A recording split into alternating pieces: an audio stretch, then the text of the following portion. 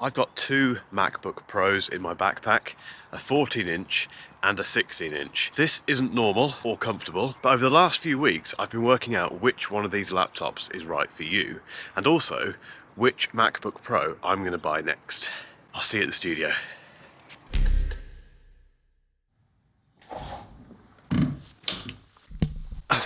So I occasionally walk to this studio, and in the past I've always used the 16-inch MacBook Pro, which meant breaking my back on the way here. Now lots of people, whenever I mention this, say to me, "Go to the gym, mate," or "It's not a heavy laptop, lol." And I don't literally think it weighs the size of a planet, guys. It's just a cumbersome laptop. Something's happened recently which has made me realise that it's not for everyone, possibly including me. What's changed, you ask? Well, it's quite simple. At the moment, I've got access to this. It's a 14-inch M2 MacBook Pro. It's spec'd up with 96 gigabytes of unified memory and a 4 terabyte SSD, and it has the top-end M2 Max chip in it with all the graphics cores. It's a bit of a beast, and whenever I use the 14-inch MacBook Pro, I do get that horrible buyer's remorse because I think this is the one that I probably should have bought. I've been using this for the last 2 or 3 weeks now, and it's just amazing. It's just lighter, it's really powerful, it slots under your arm nicely. Oh, and also it fits on normal sized trays on trains and planes, which are that's the class that I travel in. It's nearly perfect. However, my current daily driver, because this isn't mine, my current daily driver is still the M1 Max 16-inch MacBook Pro. And having used both of these laptops pretty extensively for production duties and everything else, I think it puts me in the perfect position to give you my final verdict on which one to choose between the 14-inch and the 16-inch MacBook Pro. Let's get into it. Oh no, before I get into it, a quick word from today's sponsor. And that is Keisaku and their fantastic Magic Stand for the iPhone. Why is it a stand? Well, it's actually an iPhone case, and it's a case that adds only 2mm to your phone, which is fantastic, but it has this. You flip that down and you can put it on your desk in either portrait or landscape format, and you can use it to watch stuff during your lunch. You can use it to do workouts on the floor, which I don't do. It's just one of those things that you don't realise you need until you have access to it. And if you're worried about durability, this is rated to 30,000 openings. You can angle it between 40 and 120 degrees, and there's still MagSafe compatibility built in because it has a 48-piece magnet structure built into the case. It comes in loads of colours. They keep adding colours as well. I do like this version here that I have, which is this kind of silvery see-through. It's fantastic. And the best news is, guys, I've managed to work with Keisaku to get a 10% discount on these cases. Just click that link in the description.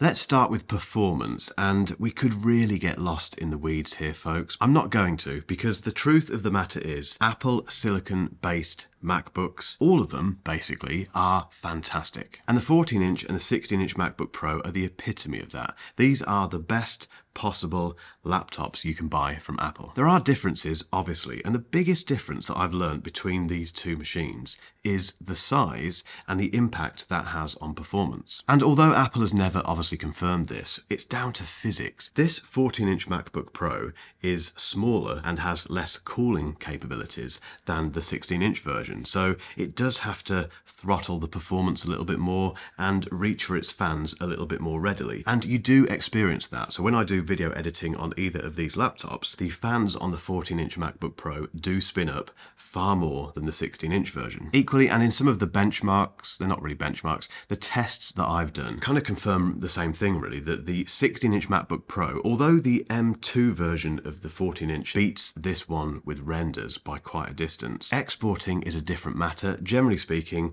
the 16-inch version will get videos out of your MacBook quicker. That is just one example. I'm a video editor. You might find the same thing with development tasks, audio production and that sort of stuff. However, there's two things to bear in mind here. Firstly, my tests are very backstreet garage. You won't find them on, the really techie channels. They're just me timing things very randomly, so I wouldn't take them as read. And also, we're talking seconds here. For me, rendering and exporting videos is very important for my work, but do I notice those difference in seconds between the 14-inch and the 16-inch? Not really.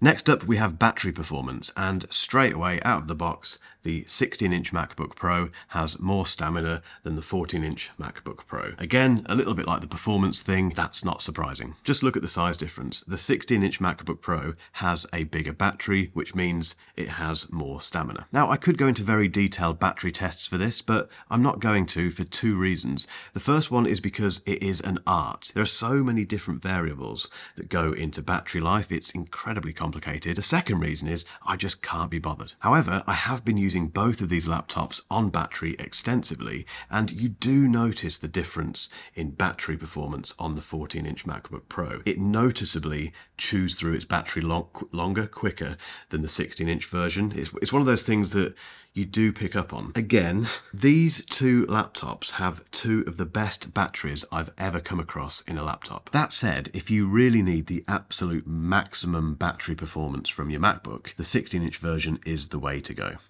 So what about price? Well, if you look at the cheapest version of the 14-inch M2 MacBook Pro, it's £2,149. If you step up to the 16-inch version, the base model, you have to spend an extra £550, although that does get you 2 extra CPU cores and 2 extra GPU cores. And if we go right to the top end, the most you can spend on a 14-inch M2 MacBook Pro is £6,549. The most you can spend on the 16-inch version is £6,749, so it's just £200 more expensive. However, if you're spending this much money on a Mac, those price differences may not matter. These MacBook Pros tend to be bought by businesses and creatives who are investing in their productivity, so the price difference between the 14-inch and the 16-inch is quite often a moot point. But I do know that it does play a part in some of those buying decisions, and I think the other things in this list should dictate your buying decision.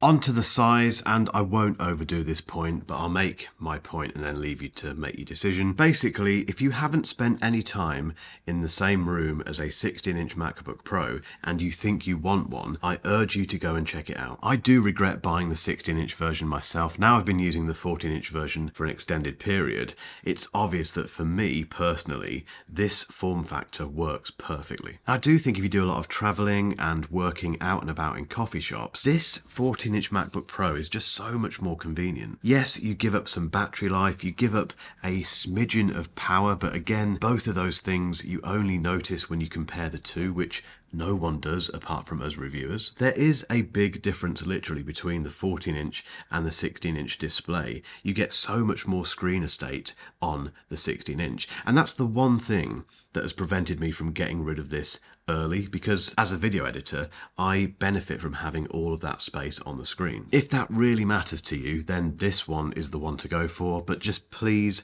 go and spend some time with it in front of you and try and imagine carting it around and putting it on tables and things. If none of those things bother you, go for it.